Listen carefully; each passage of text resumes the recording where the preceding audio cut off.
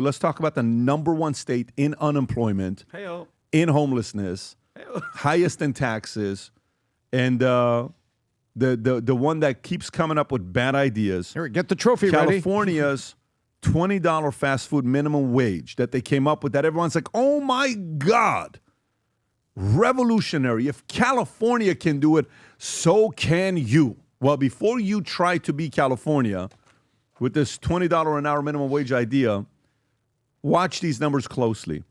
The $20 fast food minimum wage led to 18,000 fewer jobs. Weird. A National Bureau of Economic Research paper reported that California's $20 an hour minimum wage, enacted in September of 2023, effective in April of 2024, led to 2.7% employment decline. That's a big number. In the fast food sector compared to other U.S. regions, with a median estimate of 18,000 jobs lost relative to counterfactual. Adjusting for pre-AB 1228 trends, the decline increases to 3.2%. The Employment Policies Institute estimated non-tipped restaurant workers lost 250 hours annually, equating to $4,000 in lost income or 7 weeks of work per employee. California Globe reported that thousands of fast food jobs were shed in anticipation of higher costs, including 1,200 drivers at Pizza Hut. 1,200 drivers just at Pizza Hut. Holy moly. After the law took effect, restaurant automated to avoid higher wages, with some closing entirely. Stanford University data indicated over 10,000 fast food jobs were lost by June of 2024. It's a year ago. Despite the governor's office claimed job increase, a claim contradicted by federal data. By the fall, California Gavin Newsom signed and defended the minimum wage law. Tom. So guess what? Cause, meet, effect. So I take you back to New York City. Was it Michael Bloomberg that said fast food workers in New York City were going to get like $15 an hour? This goes back, Rob. This goes back a little while, several years. If we could find it really fast. So Michael Bloomberg comes out and says, okay, minimum wage has to go up in New York, and it has to go up for fast food workers. You know, fast food workers have to get a living wage. Really? 16-year-old kid flipping burgers part-time after school needs by law to have a living wage? Are you kidding me? So anyway, guess what that led to? Kiosks. Oh, he's kiosks. the guy. So suddenly you went into McDonald's. You ever been to McDonald's and It's just a robot. go, It's a and machine. just you go up to the wall. It's like a kiosk. And by the way, it's the same thing that happens. And everybody was screaming 20 years ago when Southwest Airlines was one of the first to put kiosks in airports. Wait, what about the workers? To all of us who used to fly planes, what about the damn lines? Yeah, exactly. This is easier. I like this. So guess what's happened? California puts in this, and guess what? You have cause and effect. Combination of Pizza Hut, some of them said, we can't even operate. So group one, Pizza Hut, we can't even operate. We're closing some of them. And we also, and thanks to crime in Oakland, everyone closed all of them, right? Then you would now have all of these other people where the decision in New York that led to the kiosks getting into McDonald's, this accelerates adoption of kiosks. This accelerates automated food handling back on the grill. That's what this does. Because capitalists go, if I'm going to be forced to take these workers and go to $20, I'm not, my cost structures aren't made for that. And by the way, if property taxes are going on, what is that Pizza Hut sitting on? California dirt that has California property tax. So you start adding it all up, and suddenly, if you're just looking for votes, you put the $20 minimum wage out there. But if you're looking for burgers, that's not what you want to do, because pretty soon burgers are harder to find because they're closing. That's what's happening here. And you're also seeing faster adoption of kiosks, like when New York City came out and said, Michael Bloomberg, presidential candidate 2020, supported $15 an hour minimum wage, but his stance on minimum wage has evolved over time because donors that said, hey man, I own 10 McDonald's. You're not going to see a penny in your election fund, shorty, unless we can do something about this minimum wage. It's hurting me. Shorty. And so that's what happened. But the kiosk accelerated in McDonald's after New York came out and said this, because capitalists look, hey man, I'm not trying to run these kids out of my McDonald's. Whatever is the best, most cost-effective way to get burgers to the person standing there with their $10 bill, I want to do it. And if you're going to make me do minimum wage here, then I'm going to look at it and say, well, the airline's putting kiosks, maybe I'll put in kiosks. That's all that happened. And suddenly this is some evil capitalist thing, and no one's talking about the National Bureau of Economic Research. All they needed to do was to point out who was the guy that led this. So they're saying fast food leads to fewer jobs. So they're talking about fewer jobs and they're talking about this impact. Talk about the leader that has caused this. And this is Gavin Newsom. Gavin Newsom is reduced, and he'll come out, take credit to Healthier California, because I've been slowly eradicating the scourge that is fast food on our diets. He'll take credit for it in some way. Adam, your thoughts on this? So minimum wage, this is a discussion I think that gets people very riled up and emotional, because this is one of those issues where emotionally I was like, pay these people more. Years ago, when I first started doing all the Save That Money content, I went down to downtown Miami. There was a Fight for 15 parade, basically, about fighting for 15. Now it's interesting, the conversation has shifted to the fight for 20. And I felt so bad for these fast food workers. They're the people that work at the airports, the people that work, sort of the menial jobs that nobody wants to do. And I felt so bad for these people. But interestingly enough, this is what Pat always talks about, not a lot of them spoke English.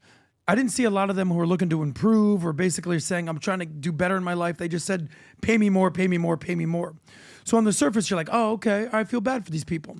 But when you peel back the onion, you peel back the layers, and you actually look at it from the small business perspective, which I appreciate. I've learned so much sitting next to PBD. You realize this: all these raises are just going to get passed on to the consumer as a tax, basically.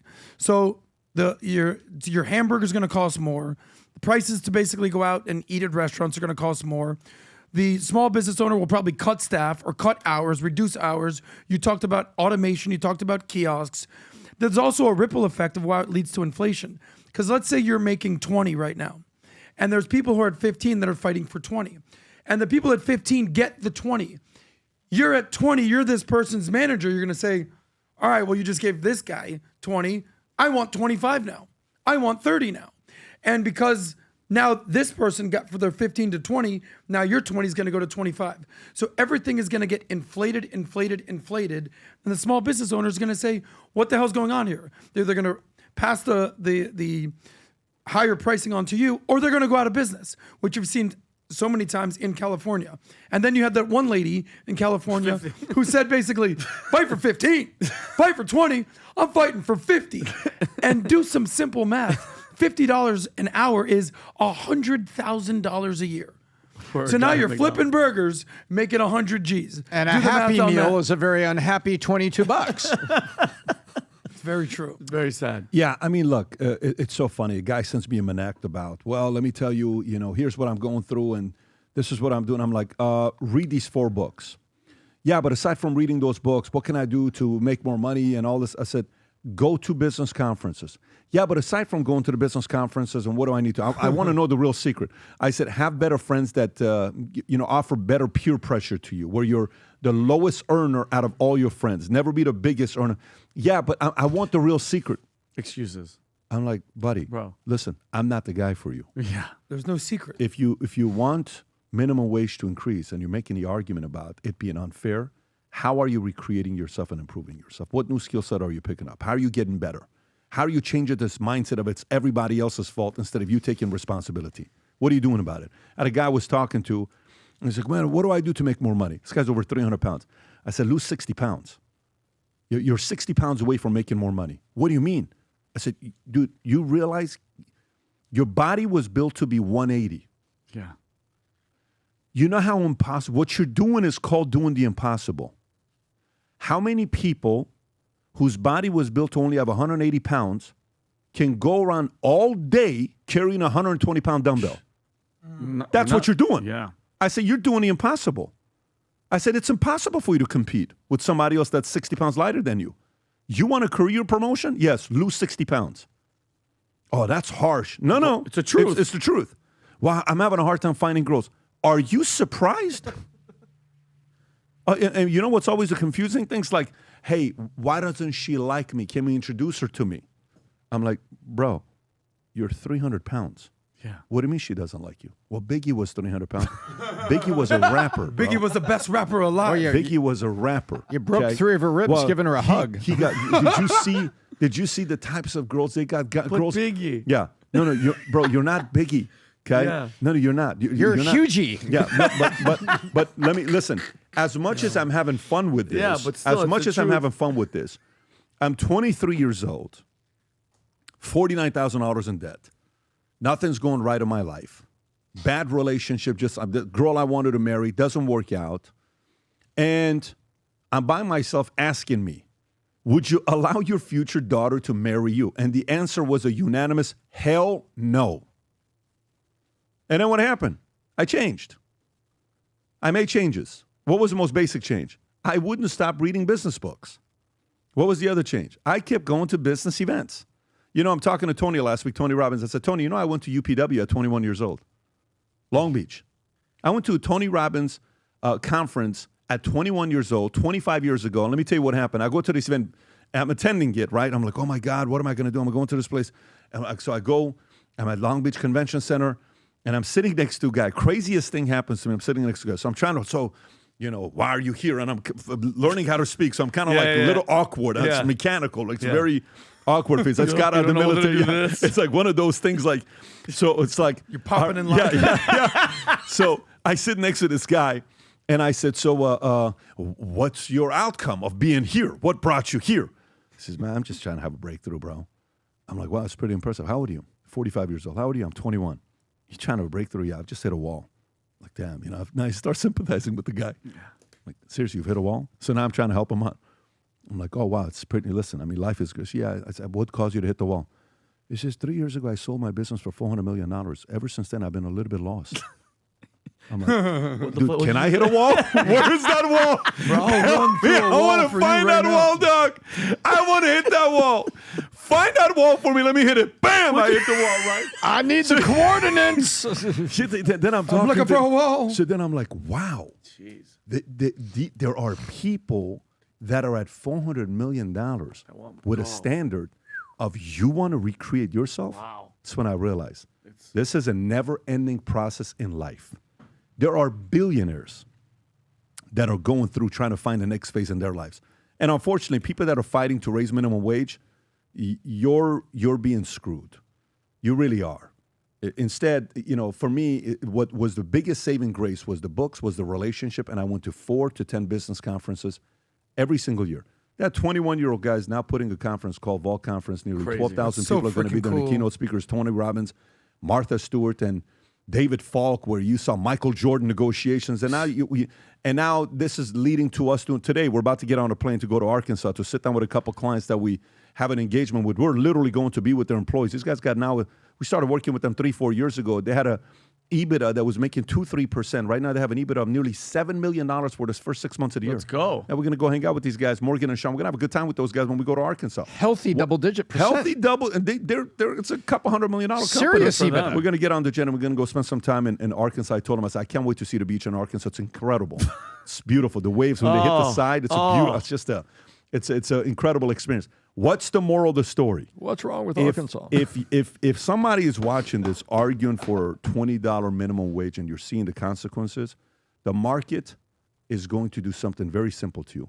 If you're not worth the money, they'll fire you. Either the customers will fire you, the company will fire you, and the market's going to say, go lie to somebody else and see if somebody hires you. And if they do, see if you'll keep the job. Half the battle is if you can keep the job. And some guys can land a good girl, but can you keep her? Some girls can land a great guy, but can you keep them long term? It's a lot of work. Maybe you are worth what you think you are. Market will say, no, you're not. If it's saying no, you're not, and you want to do something about it, or if you want to have a complete different recreation phase for yourself, breakthrough, go to the Vault Conference in Orlando. Come join us. We're all going to be there. My family's going to be there. Kids are going to be there. Wife's going to be there. Everyone's going to be there. And it's exciting times that we're doing at this event. We got some special things that will be announced at that event, but that's the $20 minimum wage argument. Oh, my God. Let's raise that 20 to a real number instead of just $20 minimum wage. You know what's back? You know a fun fact about Tom Ellsworth that you all need to know about? Tom, how many Yetis do you have in your kitchen? I believe I have about 30 of these Yetis. Tom has 30 Yetis. Question is, how many Yetis do you have in your kitchen, right? How competitive are you? Can you keep up? Can you keep up? So guess what? The Yetis are back. Rob, if you want to put it up and play the video. We have the pink ones for the ladies. Fellas, go buy your wife the pink or the white one. Press play, Rob, and you can lower the audio a little bit, but you got the white ones. The Future Looks Bright with the Valuetainment logo. You got the blue, fellas, black, Future Looks Bright. Takes it to your office. You got the small ones, the big ones. All of them. So if you're somebody that drinks a lot of coffee, or you drink a lot of tea, or you drink a lot of protein, whatever it may be, or you're Adam, you are somebody that's constantly, what does Adam do with his bottle of water? He's always with his He does the bubble thing. He does the bubble thing for his voice. That's why I got the pink Yeti. But you know what we have, ladies and gentlemen? Pay attention here. These are the taper bottoms that fit in all cars. Yeah, I See the love taper these. bottom? Don't have to worry about it. Regardless of car you have, it fits in a cup holder in the Here's front. what I'm going to do right now. And look at There it this. is. The pink and the white one. You know what? Went in there. Bigger, better. L'chaim, PBD. L'chaim. And Yeah. Pat, you know the pink and the white one? Yeah. Bigger, better insulated than the Stanley. Your wife will love these better than Stanleys. Again, remember, when we do these guys, we don't do a big order, okay? We even have the one Yeti all the way at the bottom for dogs, okay? The Yeti pole. Okay, can you imagine your dog's even going to be optimistic about the future, guys, if you get this form. So go place your order. We want 1 million Future Looks Bright pieces all over the world. And if you support the brand, go support Future Looks Bright. Get yourself a Yeti, and while you're there, maybe pick up a hat or two for yourself as well. If you enjoyed this video, you want to watch more videos like this, click here. And if you want to watch the entire podcast, click here.